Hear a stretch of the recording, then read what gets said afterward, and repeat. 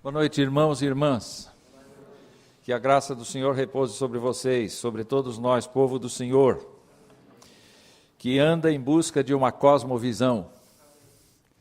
Nós, na verdade, estamos lidando com um tema que é relativamente recente na história do pensamento. De certa maneira, é alguma coisa trazida desde os tempos de Immanuel Kant, quando ele começou a desenvolver o senso de visão de mundo. E se vocês forem para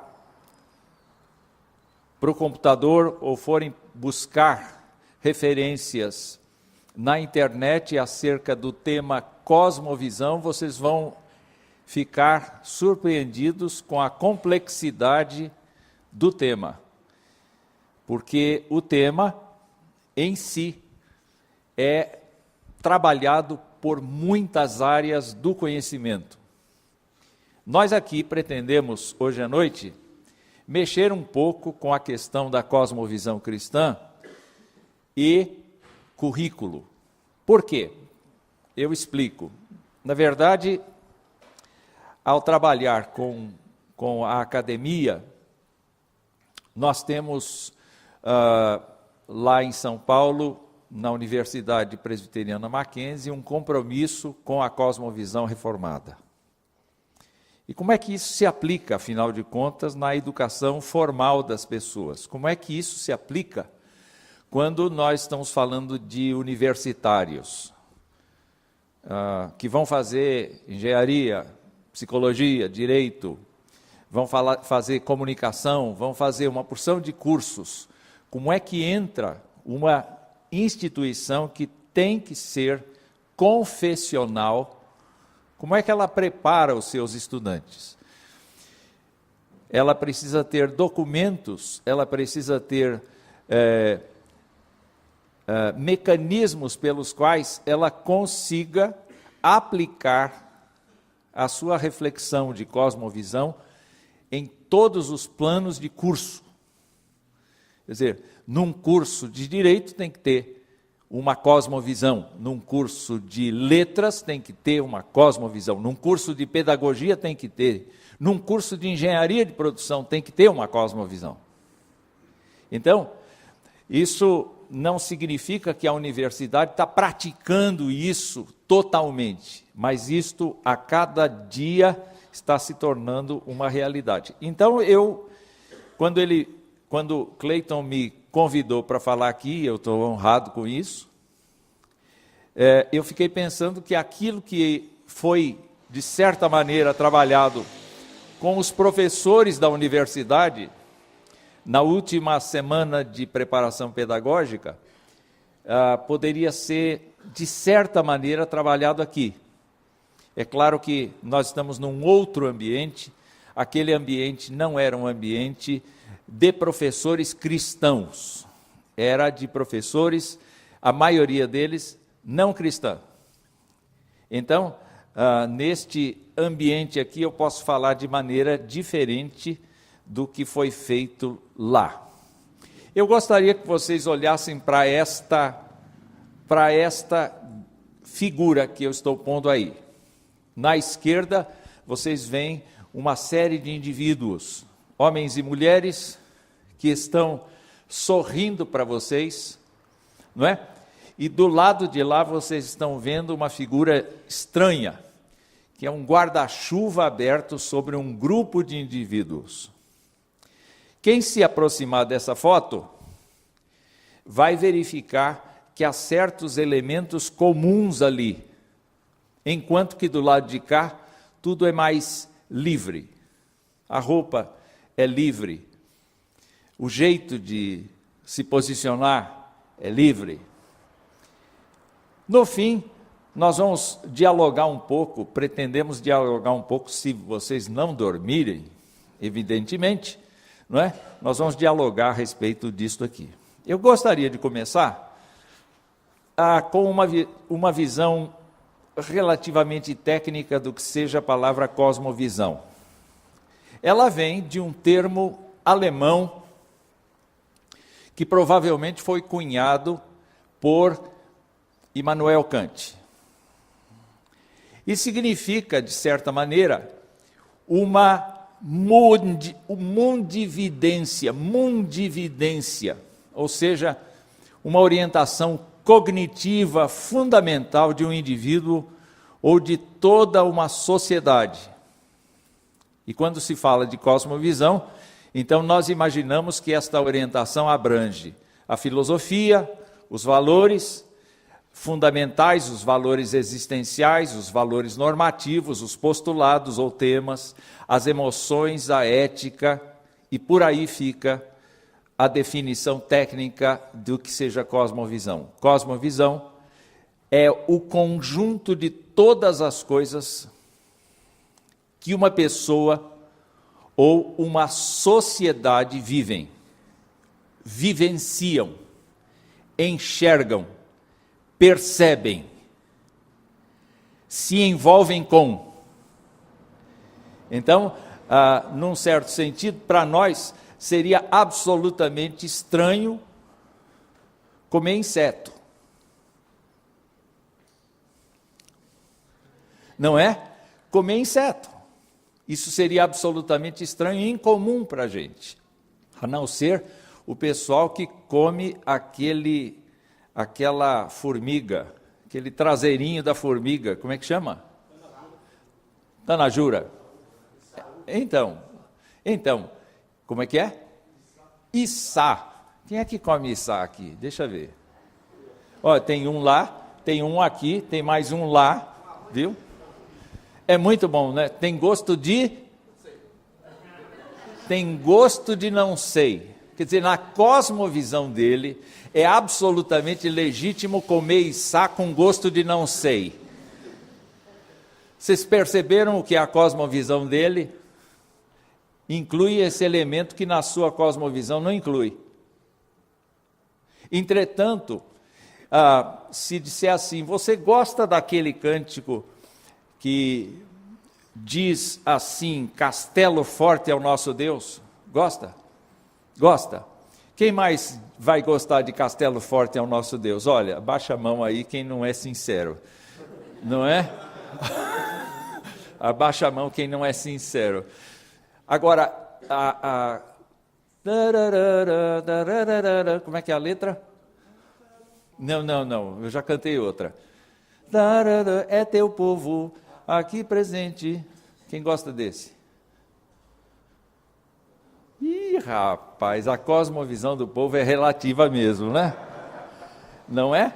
Quando nós caminhamos para uma definição cristã de cosmovisão, ainda que seja uma definição cristã filosófica, nós temos aquilo que Geisler disse, modo pelo qual a pessoa vê ou interpreta a realidade. A palavra significa um mundo e uma visão da vida ou um paradigma. É a estrutura por meio da qual a pessoa entende os dados da vida. Uma cosmovisão influencia muito a maneira em que a pessoa vê Deus, origens, mal, natureza humana, valores e destinos. No meu tempo de moço, a relação sexual antes do casamento era pecado. Hoje, na cosmovisão da juventude, quem não peca é trouxa. Porque a cosmovisão da juventude é que o sexo é como comer arroz e feijão. É uma atitude absolutamente normal de convivência. Um orientando meu de mestrado fez uma pesquisa de como é que andam as pessoas quanto à instrução a respeito da sexualidade. E ele constatou uma coisa interessantíssima, que dentro do grupo avaliado, 75% das pessoas acham que o sexo antes do casamento não é bom. Ofende a Deus. Bom, sobraram 25% que acham que não tem nada de mais ter vida sexual antes do casamento. Isso é gravíssimo. Porque a Bíblia diz que é pecado. Mudam os tempos, mudam as formas de pensamento da sociedade, e esse é o ponto. A Bíblia não muda. Ela continua afirmando que o ser humano, feito à imagem de Deus, é uma pessoa que deve preservar-se até se entregar ao seu amado ou à sua amada em casamento. Todavia, isso vocês percebem também, vocês sentem também que isso está desaparecendo? Não é? Não existe problema nenhum da gente conhecer o corpo do outro antes de ter um compromisso sério com ele. Vocês estão percebendo que esta cosmovisão, então, de certa maneira, que impregna a vida das pessoas, pode ser uma cosmovisão que vai se adaptando ao que todo mundo pensa. O fato é que, quando nós olhamos para uma definição filosófica, por exemplo, de cosmovisão, nós vamos encontrar isso aqui. Essa fala. Cosmovisão é um compromisso, uma orientação fundamental do coração, que pode ser expresso como uma história ou num conjunto de pressuposições, suposições que podem ser verdadeiras, parcialmente verdadeiras ou totalmente falsas, que sustentamos consciente ou subconscientemente, consistente ou inconsistentemente, sobre a constituição básica da realidade e que fornece o fundamento no qual vivemos, nos movemos e existimos. O ponto é, por que você faz determinadas coisas? Talvez a sua resposta seja, eu faço porque todo mundo faz. Então, a cosmovisão que você tem adota a filosofia da maioria.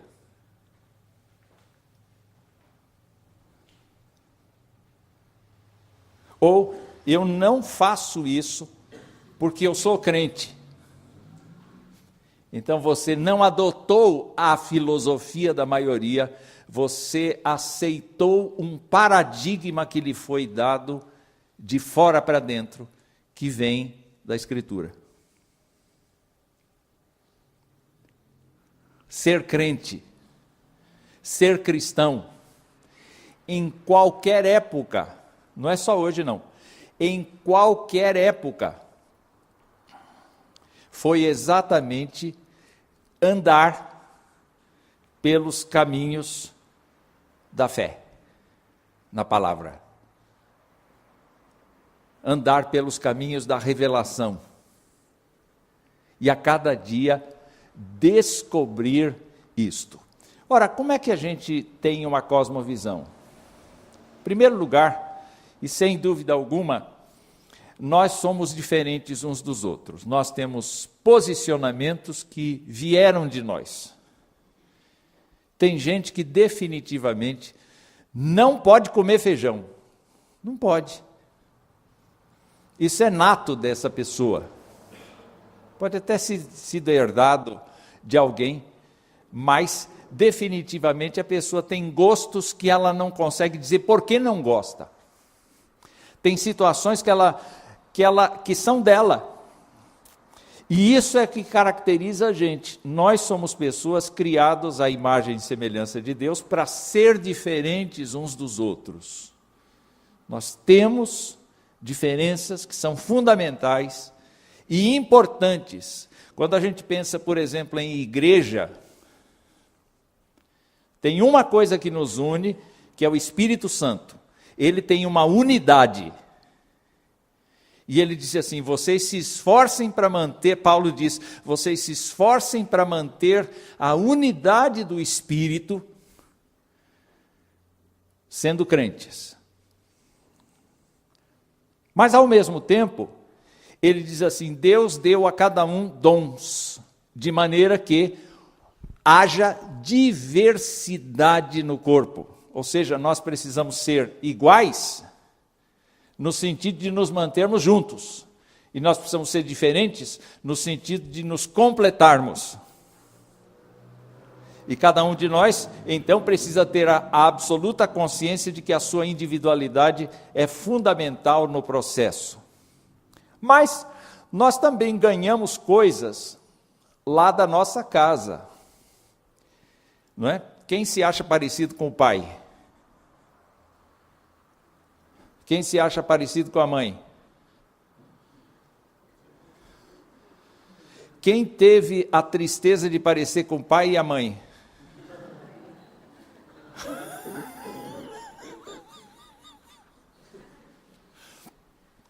Eu estou sentindo, eu estou com 67 anos, eu estou sentindo que eu herdei dos meus pais, dos dois, não é? Coisas dos dois. O papai tinha um tipo de doença, a mamãe tinha outro, eu tenho as duas coisas.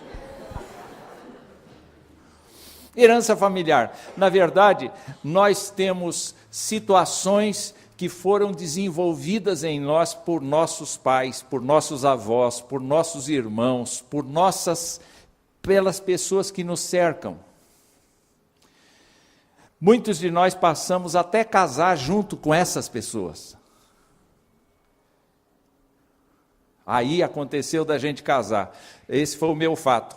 Eu casei. E tem coisa que eu não gostava quando solteiro, que aprendi a gostar depois de casado. Hã? Né? Isso te aconteceu, varão? Sim. Não é? Sim. Chegava a mamãe e dizia assim, come isso, meu filho. Eu dizia assim, não, mãe, não gosto. Aí chegou a esposa e disse, come isso bem. Eu disse assim, bom, eu tenho que ter algum resultado depois. Então vamos comer. Não é? Pois é. A gente adquire hábitos, a gente adquire costumes. Estas coisas todas vão construindo a nossa cosmovisão. E a gente vai para a escola, e a gente tem convívio com outras pessoas, e a gente tem convívio com a internet, tem convívio com a TV, tem convívio com outras situações culturais. Por que a gente usa jeans? Por que a gente usa jeans? Por que a gente usa jeans?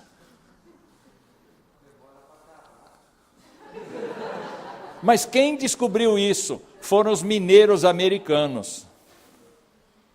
E de repente isso pegou, todo mundo tem.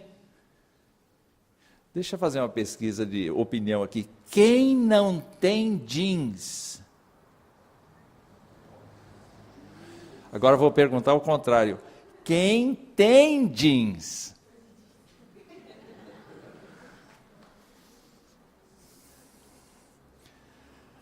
Que tipo de cosmovisão é essa?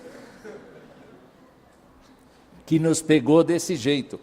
Minha esposa disse assim, eu perguntei para ela, que roupa eu vou na igreja hoje? Ela disse assim, vai de jeans. É uma conferência.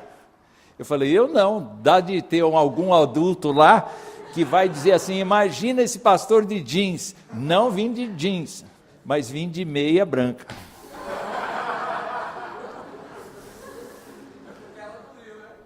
Hã? Senão não ia deixar.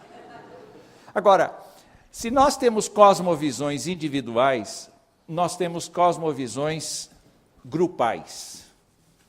Nós temos cosmovisões que são visões amplas, que não foram gerenciadas nem desenvolvidas por uma pessoa só. Quando você fala de calvinismo, por exemplo, você não está se referindo unicamente a João Calvino. Quando você fala de Jacó Armínio, você não está falando, ou melhor, quando você fala de arminianismo, você não está falando exclusivamente de Jacó Armínio. Você está falando de pessoas que foram construindo a partir dos pensamentos, das reflexões dos outros. A ciência é assim também.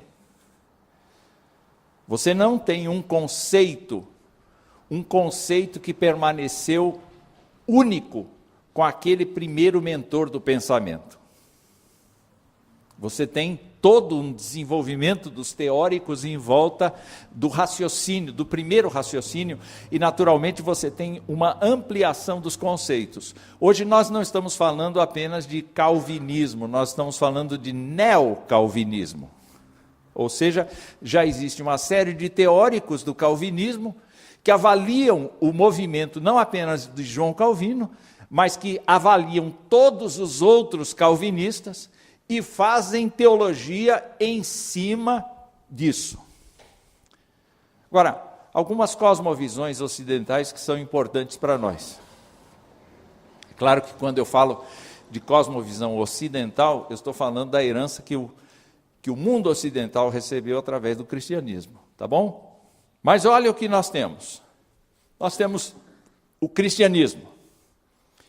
E o cristianismo, que todos nós aqui adotamos, vai afirmar as seguintes realidades. Deus existe, criou tudo que existe, especialmente o ser humano, e lhe deu mandatos a respeito da vida e da natureza. O ser humano se rebelou contra Deus e se mantém afastado dele. Apesar disto, Deus o mantém como seu co-criador na terra. O homem não cria nada, mas o homem desenvolve tecnologia e descobre e inventa coisas a partir do que existe. Então ele é um coautor nesse sentido, não é? Apesar disto, Deus o mantém como seu co-criador na terra. Deus buscou em Cristo o ser humano para reconciliá-lo consigo mesmo, para a sua glória, e restaurar nele a verdadeira finalidade da existência humana como sua vocação. Esse é um conceito cristão, é uma cosmovisão cristã. Aqui estão todos os elementos que compõem necessariamente a vida cristã. Mas nós temos derivada do cristianismo a cosmovisão deísta. E a cosmovisão deísta diz assim, algo assim: Deus existe. Do mesmo jeito que nós cristãos, Deus existe como alguém ou uma força para pôr o mundo em funcionamento e lhe conferir regularidade, mas pode ser basicamente ignorado no dia a dia. Assim, o ser humano é responsável por seu próprio destino. Ora, boa parte da população é deísta. Como assim? Eu creio em Deus. Eu creio que Ele existe. Mas eu creio que eu tenho que me virar. Eu creio que eu tenho que fazer a minha parte. Até crentes dizem isso. Não são crentes teístas, que dizem assim: Deus interfere na minha vida todos os dias. Deus mostra o caminho que eu devo andar todos os dias. Não, a pessoa diz assim: Deus me criou, eu sei que Ele existe, se Ele é real ou não, se Ele é uma força ou não, não me importa, o que importa é que eu tenho que me virar, eu tenho que sobreviver, eu tenho que fazer a minha parte. Mas existem outras coisas que foram derivando destas concepções. Por exemplo, com Charles Darwin e os teóricos que vieram depois dele, a coisa ficou desse jeito. Deus não existe. Não há outra realidade ou outra norma, além da natureza, em cujo interior estão as realidades anímicas, espirituais ou forças criadoras. É pelas regras da natureza que o ser humano existe e se determina pelo ambiente e pela hereditariedade. Então, se vocês forem assistir o Discovery, qualquer produção do Discovery, vocês vão perceber isso. Até hoje mesmo eu vi uma fala desse tipo aqui. Cidadão descrevendo o beija-flor, que potencialmente é a ave mais veloz da terra, que potencialmente é a ave não sei o quê, não sei o quê, não sei o quê, não sei o quê. E foi falando das características dessa ave. E foi dizendo que a natureza lhe deu estas condições para a sobrevivência. A gente ouve, a gente vê esse documentário, e aquilo vai pingando, vai pingando, vai pingando. De repente a gente encontra cristãos que dizem assim, seguinte, eu creio em Deus Pai, Deus Filho, Deus Espírito Santo, mas eu creio na igreja. Aqui, eu creio que a natureza se processa, se transforma pela própria sobrevivência dela. Cosmovisão naturalista. Não é? Por que aquela folha caiu? Bom, ela caiu porque existe o processo de envelhecimento, apodreceu o galinho, fez não sei o quê, não sei o quê, não sei o quê, e a natureza tem esse ciclo. Ninguém tem coragem de dizer assim, ela caiu porque Deus quis. Foi intenção divina que ela caísse. Porque isso parece longe da realidade. Então, nós ficamos calados. Quando a gente estuda biologia na faculdade, o professor fala o que bem entende, e a gente diz amém, e coloca isso na prova. Porque manda quem pode, obedece quem quer passar de ano.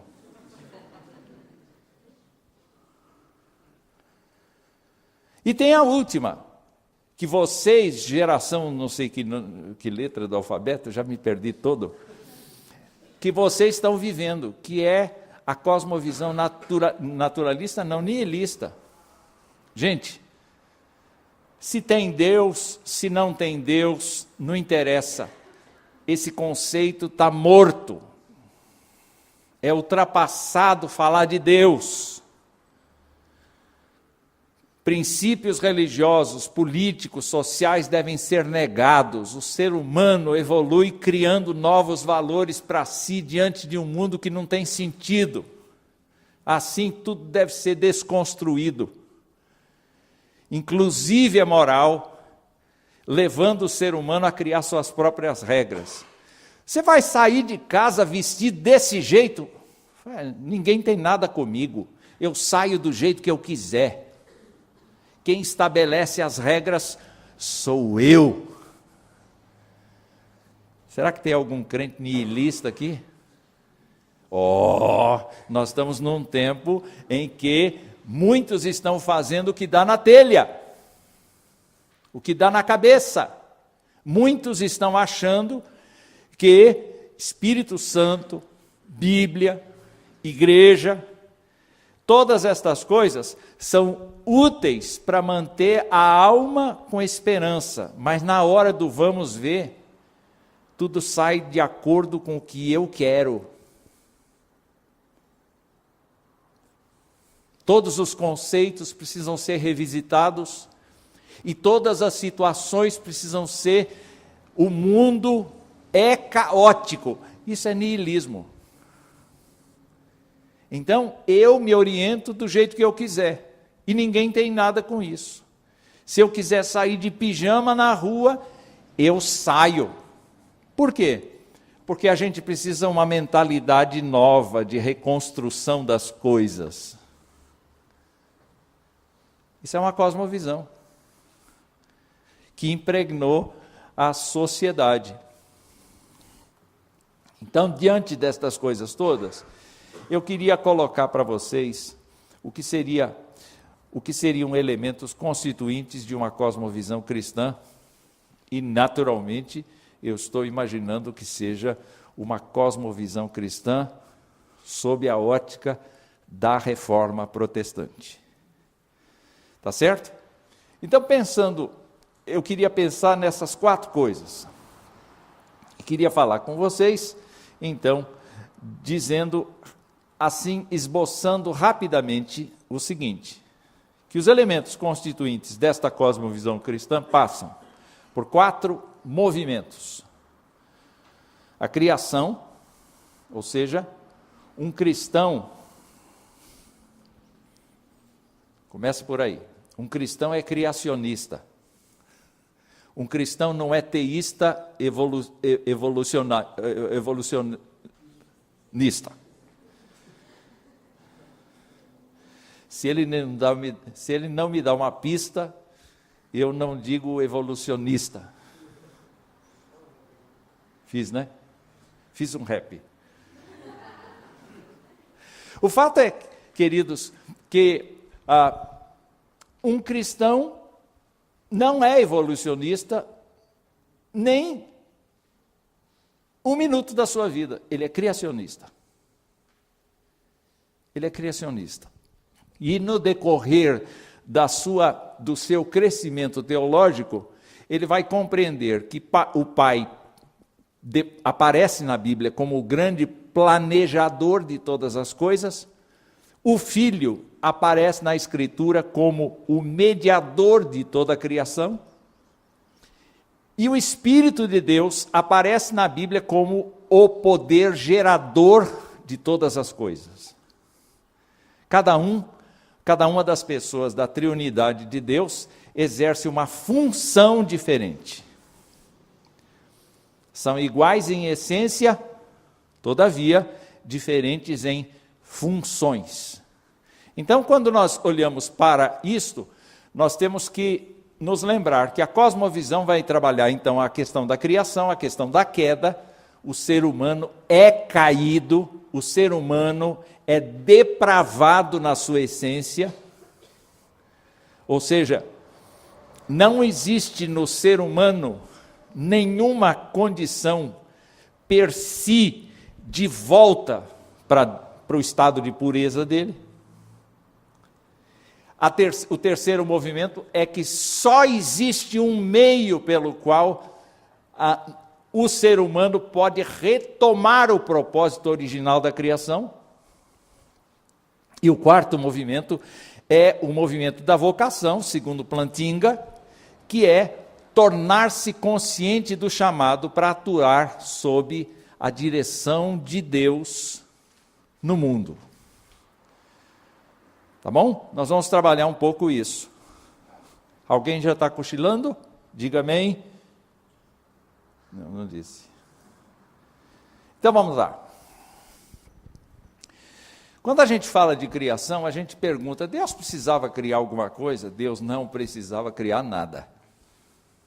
Ele é autossuficiente.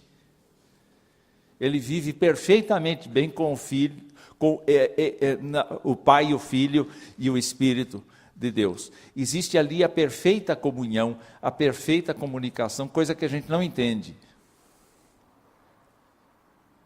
Porque é demais para a gente. Se uma pessoa falha com a gente, não é? Se uma pessoa falha com a gente, custa a gente voltar a ter um relacionamento saudável com aquela pessoa. A gente tem dúvidas se aquela pessoa não vai errar de novo. Só que a gente não consegue imaginar um Deus que subsiste em 3 pessoas que nunca erra. Está fora do meu alcance compreender isso. Não é? O amor é em grau máximo, o mais possível. O respeito, o máximo possível. A justiça, o máximo possível.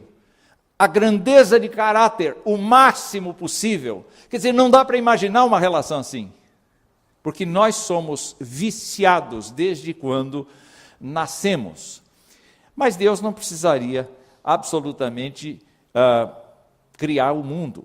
Entretanto, a Bíblia apresenta Cristo como agente e mediador da criação e da redenção. Se vocês abrirem Colossenses especialmente, vocês vão verificar lá no capítulo 1, lá pelos versículos 15, por aí, que Paulo fala exatamente desta relação de mediação que Cristo tem. Se vocês olharem para João, capítulo 1, vocês vão ver também esta relação de mediação. Tudo foi criado por meio dele e para ele. Eu fico pensando que você foi criado para Jesus. Você não foi criado para você mesmo, você foi criado para Jesus. Se Jesus te alcançou, se Jesus perdoou teus pecados, se Jesus Cristo lavou o seu coração, se os teus pecados foram lançados na cruz de Cristo, você precisa se lembrar que você agora foi comprado e você é escravo dele.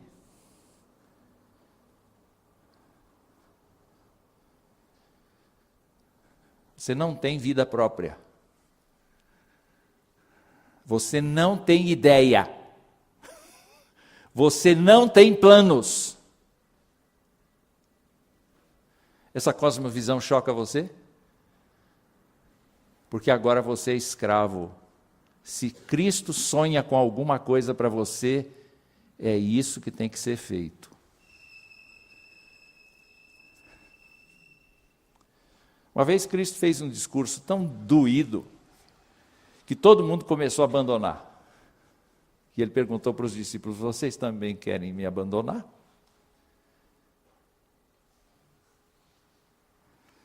Uma vez ele disse: quem não comer a minha carne e o meu sangue,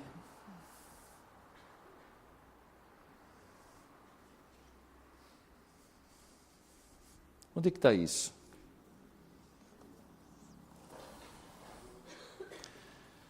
Eu acho que é João 6, verso 53. Ele diz assim: em verdade vos digo, se não comerdes a carne do Filho do Homem, e não beberdes o seu sangue, não tendes vida em vós mesmos. Quem comer a minha carne e beber o meu sangue tem a vida eterna, e eu o ressuscitarei no último dia. Cristo é o agente, e Cristo é o mediador da criação. E, naturalmente, na criação, Deus abriu o caminho no universo para outros tipos de seres. Uma vez lá na faculdade me perguntaram: o senhor crê em seres extraterrestres? Falei: creio. Tem querubim, serafim, tem anjo, tem arcanjo, tem espírito maligno, espírito imundo. Tem uma porção de personalidades que são extraterrestres. Gostou dessa, né? Você vai levar isso, né? Tem uma porção de extraterrestres. Entretanto, nós estamos falando de seres criados. Então, falei agora há pouco do beija-flor, é um ser criado. O fato é que, na criação, nós encontramos as especificidades. Uma vez eu assisti um documentário acerca da coruja. E eu fiquei impressionado, porque os pesquisadores colocaram num salão escuro, sem luz nenhuma, nada. Cheio de obstáculos. Eles colocaram varas que estavam simplesmente sustentadas por fios de nylon. Com o menor movimento, aquilo mexia, e eles iam detectar movimento. Eles colocaram uma coruja do lado de lá, com o capuzinho, e carninha do lado de cá. E com câmeras noturnas eles filmaram o voo da coruja. E ela farejou a carne, e ela saiu de lá, e ela foi passando pelos obstáculos, voa daqui, voa dali, vai, não esbarrou em nada. não esbarrou em nada, chegou e comeu a carninha. Quer dizer, dela nós tiramos o quê? Visão noturna. Dela nós tiramos uma porção de outras tecnologias. Correto? Aí fizeram um outro estudo. Pegaram e de metro em metro eles colocaram microfones de alta sensibilidade. E eles soltaram do lado de lá um pombo, soltaram de lá um gavião, soltaram de lá uma outra ave de rapina, que eu não lembro qual é, e soltaram a coruja. Para medir o barulho que fazia no voo.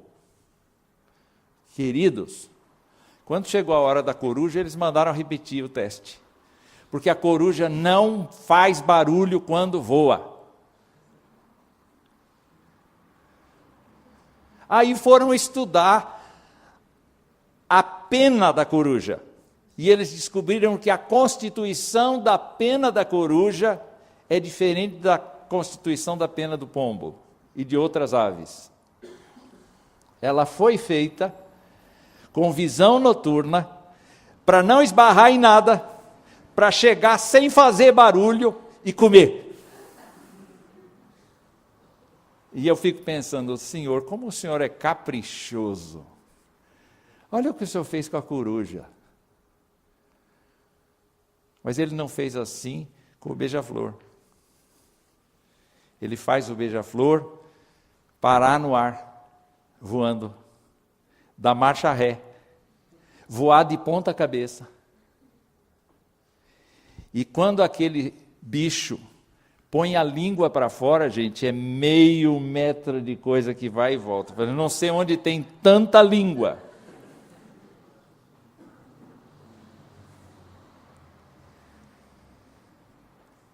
Aí, olhando para estas coisas, a gente diz, Deus bendito, como é encantador ver como é que o Senhor foi trabalhando. E foi assim. Deus disse à terra, produza seres viventes, e a terra produziu, e produziu com a sua especificidade, produziu com a sua glória, produziu com a sua capacidade, com a sua competência. A coruja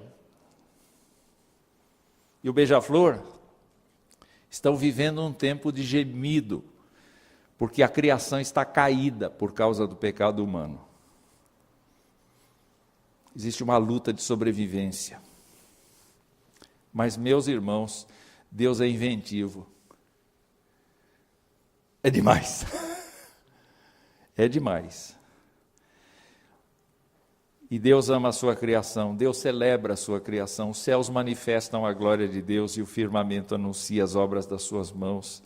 Deus brinca com a sua criação.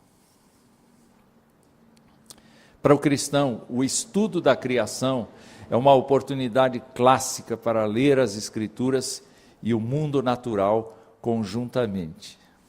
Crente pode ser pesquisador? Deve. Crente deve ser pesquisador. Crente deve explorar todas as coisas, desde o microscópio até o telescópio, e deve dizer, Deus, o Senhor é demais. O Senhor é demais.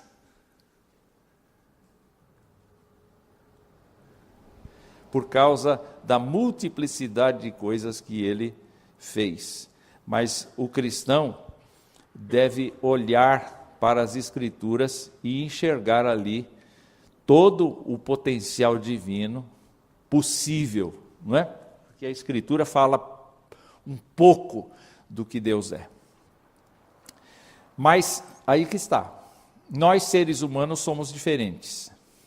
Porque além da faculdade de falar, de ficar quietos, de trabalhar, de descansar como Deus, nós somos semelhantes a eles, pelo menos de 3 maneiras. Primeira maneira, Deus nos deu autoridade sobre o mundo criado. Gente, nós conseguimos copiar a natureza com as nossas geringonças. Nós conseguimos assimilar a tecnologia dos bichos. Nós conseguimos olhar para o morcego e dizer como é que ele anda sem enxergar.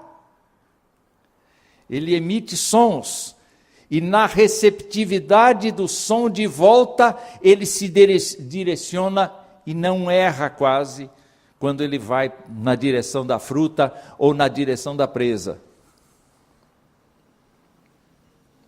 A gente copiou o senso de localização da tartaruga, que sai pequenininha, viaja o oceano inteiro e um dia volta para o mesmo lugar, para a mesma praia, para pôr os seus ovos ali. A gente aprende com todos. E muito do que você tem nos bolsos é fruto da cópia da natureza. Olha, efetivamente, nós descobrimos isso. Agora, nós não somos responsáveis e nós vamos ver isso já já. Ser imagem de Deus ou refletir Deus significa viver em comunhão amorosa uns com os outros. É algo que nós fazemos, bem como é algo que temos e somos.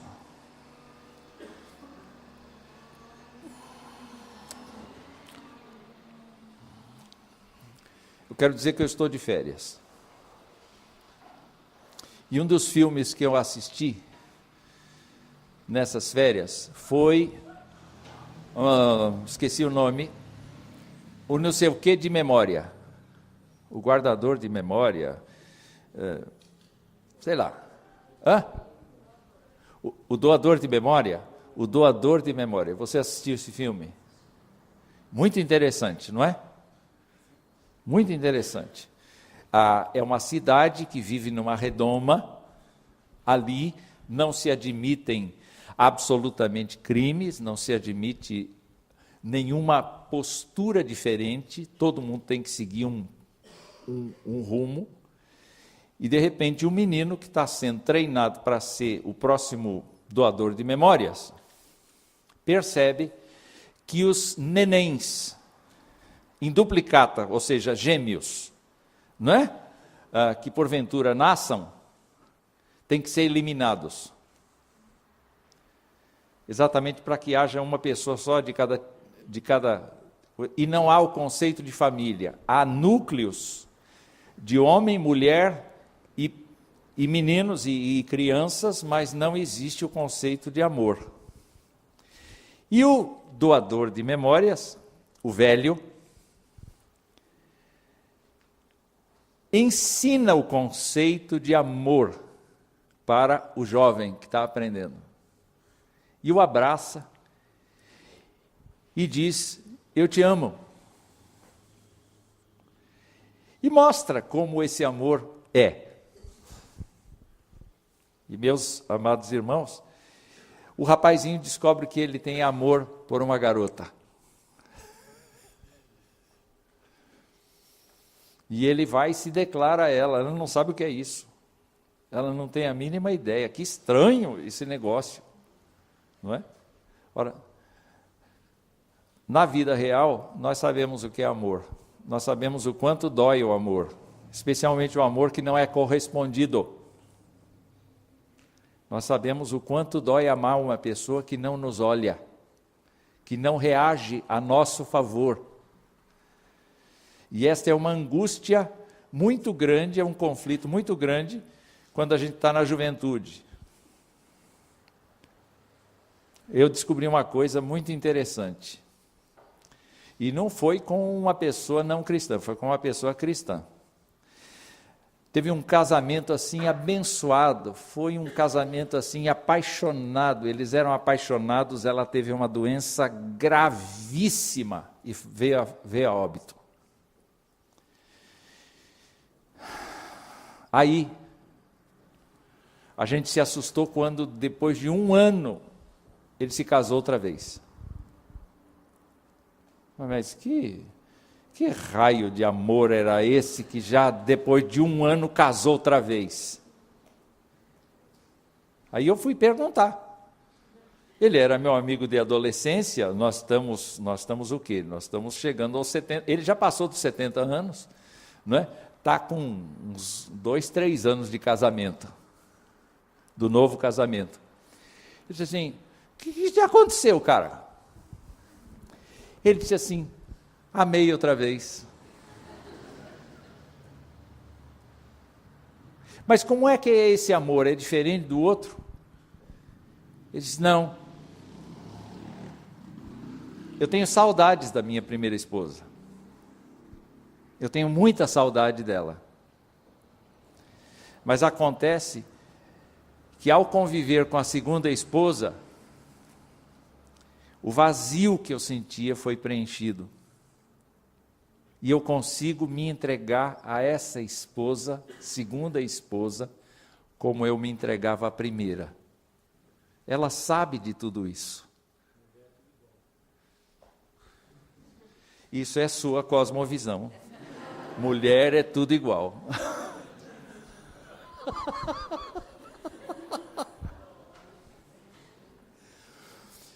Então nós somos capazes de amar. E ser a imagem de Deus ou refletir Deus é nos conformarmos com Jesus Cristo no sofrimento e na morte, o exemplo maior de amor abnegado. Eu queria que você abrisse, por exemplo, para ver a cosmovisão de Paulo em Filipenses, o capítulo 3.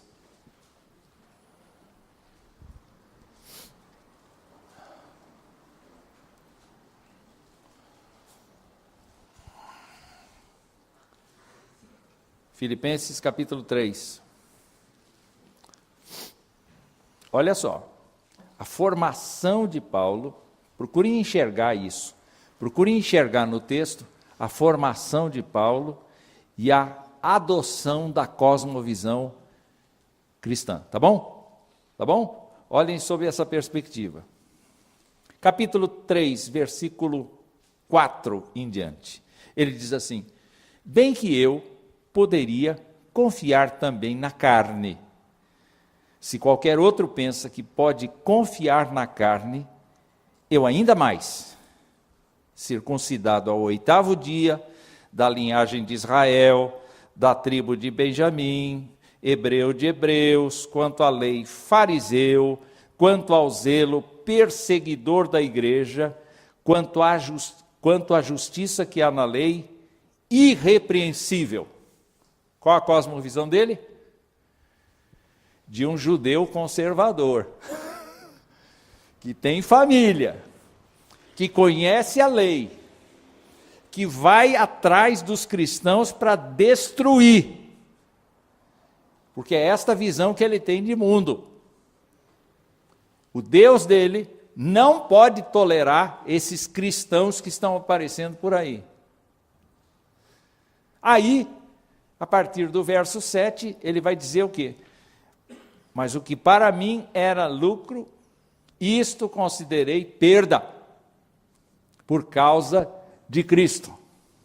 Sim, deveras considero tudo como perda, por causa da sublimidade do conhecimento de Cristo Jesus, meu Senhor, por amor do qual perdi todas as coisas e as considero como refúgio para conseguir Cristo e ser achado nele, não tendo justiça própria que procede de lei, senão a que é mediante a fé em Cristo.